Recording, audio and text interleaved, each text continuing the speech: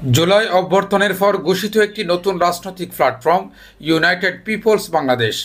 সংগঠনের প্রধান উদ্যোক্তা আলী হাসান জুনায়েদের আহ্বানে চট্টগ্রাম ইপিজেড এলাকায় 20 এপ্রিল মতবিনিময় সভা অনুষ্ঠিত হয়েছে।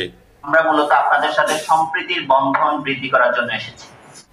নেতৃবৃন্দরা বলেন, জুলাইয়ের আকাঙ্ক্ষা সুনির্দিষ্টভাবে কিছু লক্ষ্যমাত্রা নির্ধারণ, তা বাস্তবায়নের লক্ষ্যে বাংলাদেশের আফামর ছাত্র জনতাকে সাথে নিয়ে প্ল্যাটফর্মটি কাজ করতে চায়। বিশেষ করে পিলখানা, শাপলা ও জুলাই গণহত্যার মতো ভয়াবহ অপরাধের বিচার, ফ্যাসিবাদী দল আওয়ামী লীগের নিষিদ্ধকরণ এবং জুলাইয়ের আহত যোদ্ধা ও শহীদ পরিবারকে অর্থনৈতিকভাবে স্বাবলম্বী করে গড়ে তোলার দাবিতে জনমত ও রাজনৈতিক আন্দোলন গড়ে তোলা এই প্ল্যাটফর্মের প্রাথমিক লক্ষ্যমাত্রা হিসেবে বিবেচিত হবে। আমরা এমন একটা প্ল্যাটফর্ম নিয়ে আসছি যেখানে আপনারা কীরকম রাজনৈতিক প্ল্যাটফর্ম চান ওইভাবে একটা প্ল্যাটফর্ম রেডি হবে। আমরা এমন একটা দেশ চাই যেখানে আমরা আমাদের ইনকাম সোর্সটা নিশ্চিত করতে পারি, চাকরির মাধ্যমে হোক, ব্যবসার মাধ্যমে হোক। তাই আমরা যদি চাঁদাবাজির খপ্পরে পড়ে প্রতিনিয়ত রাহাজানিতে পড়ে এমন একটা বাংলাদেশ বিনির্মাণের জন্য আমরা একটা প্ল্যাটফর্ম রেডি করতেছি যেখানে আপনাদের মনের মতোই দেশটা পরিচালিত হবে। তাহলে আপনাদের মনে যদি কোনো প্রশ্ন থাকে, শুধু প্রশ্ন না, কোনো পরামর্শ যে আমি এই ধরনের বাংলাদেশ চাই বা এই ধরনের প্ল্যাটফর্ম চাই, আমরা আপনারা একসঙ্গে কি হবে, আমরা এখানে দুই পার্ট হবে না, মানে আমরা আপনারা এটা হবে না। যখন আমরা এক কাতারে মিশে যাব তখন আমরা যেরকম বাংলাদেশ চাই ওরকমের বাংলাদেশ আমরা গঠন করবো। আপনাদের দেখেন হাসিনা ক্ষমতায় ছিল, হাসিনার এক একজন মন্ত্রী তো হাজার হাজার কোটি টাকা বাংলাদেশ থেকে বিদেশে পাচার করছে, তাই না? এছাড়া একাই তো 2 লক্ষ কোটি টাকা ট্রান্সফার করছে। তাহলে সেখানে আপনার পণ্যের দাম বাড়বে না ভাই? তো আপনি যদি বাইরে থেকে 2 লক্ষ কোটি টাকা বাংলাদেশে রেমিটেন্স হিসেবে নিয়ে আসতে পারেন, তাহলে তো আপনার সেই 100 টাকার আলুটা 5 টাকা হয়ে যাওয়ার কথা, তাই না? সুতরাং এমন একটা বাংলাদেশ আমরা নির্মাণ করব যেখানে হচ্ছে আলুর কেজি 5 টাকা কিংবা 10 টাকার নিচে থাকবে, মানে একটা ভারসাম্য থাকবে আর কি। বুঝতে পেরেছেন?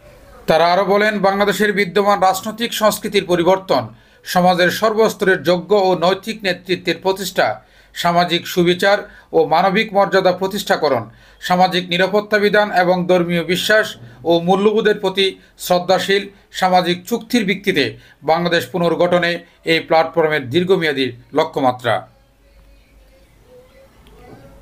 আমাদের ভাবনায় জনগণ, আমাদের গন্তব্য হচ্ছে ইনসাফ এবং আমাদের দৃষ্টি জুড়ে এই বাংলাদেশ। আমরা হচ্ছি লড়াকু, আমরা যোদ্ধা, আমরা আহত এবং আমরা ভয় পাই না। রাজনীতিতে পেশিশক্তির দাপট, দুর্নীতি ও দুর্বৃত্তায়নের রাজনৈতিক অর্থনীতির যে বৃত্ত তা উপড়ে ফেলতে যায়। 4টি রাহুল গ্রাস থেকে বাংলাদেশকে মুক্ত করার লক্ষ্যে অঙ্গীকার থাকবে এই প্ল্যাটফর্মের প্রস্তাবনায়। ফ্যাসিবাদ, আধিপত্যবাদ, ধর্মবিদ্বেষ এবং দুর্নীতিমুক্ত বাংলাদেশ গড়ার প্রত্যয় ঘোষণা করবে জুলাই গণ অভ্যুত্থানের শক্তির এই প্ল্যাটফর্মটি। 4টি মূল স্তম্ভ হচ্ছে আধিপত্যবাদ, দুর্নীতি, ফ্যাসিবাদ এবং ধর্মবিদ্বেষকে রুখে দেওয়া, পিলখানা, শাপলা চত্বর, জুলাই গণহত্যার বিচার, ফ্যাসিবাদী দল আওয়ামী লীগের নিষিদ্ধকরণ, জুলাই নিহত শহীদদের অর্থনৈতিক স্বাবলম্বীকরণ, জনমত ও রাজনৈতিক আন্দোলন গড়ে তোলা, বাংলাদেশে বিদ্যমান রাজনৈতিক সংস্কৃতির পরিবর্তন, সামাজিক সুবিচার ও মানবিক মর্যাদা প্রতিষ্ঠা, সামাজিক নিরাপত্তা বিধান ও ধর্মীয় বিশ্বাস এবং মূল্যবোধ সৃষ্টি, সামাজিক চুক্তির ভিত্তিতে বাংলাদেশ বিনির্মাণ, পেশিশক্তির দাপট, দুর্নীতি ও দুর্বৃত্তায়ন সমূলে উৎপাটন করা, অর্থনৈতিক আজাদী ও বৈষম্যহীন এই সমৃদ্ধ বাংলাদেশ গড়ে তোলা। মতবিনিময় সভায় বক্তব্য রাখেন ফায়াজ শাহেদ, আরফিন ইসলাম, হাজ্জাতুল আবির, শাকিল শেখ, ইশরাকুল ইসলাম ও আবদুল্লাহ আল মামুন সহ আরও অনেকেই। নতুন দিগন্তে উঠেছে সূর্য, জনতার হয়েছে বিজয়। আবু সাঈদ মুক্ত সহ কতজন জীবনের বিনিময়ে আনছে তারা, মৃত্যুকে করে desk news, city news TV 24, Chittagong.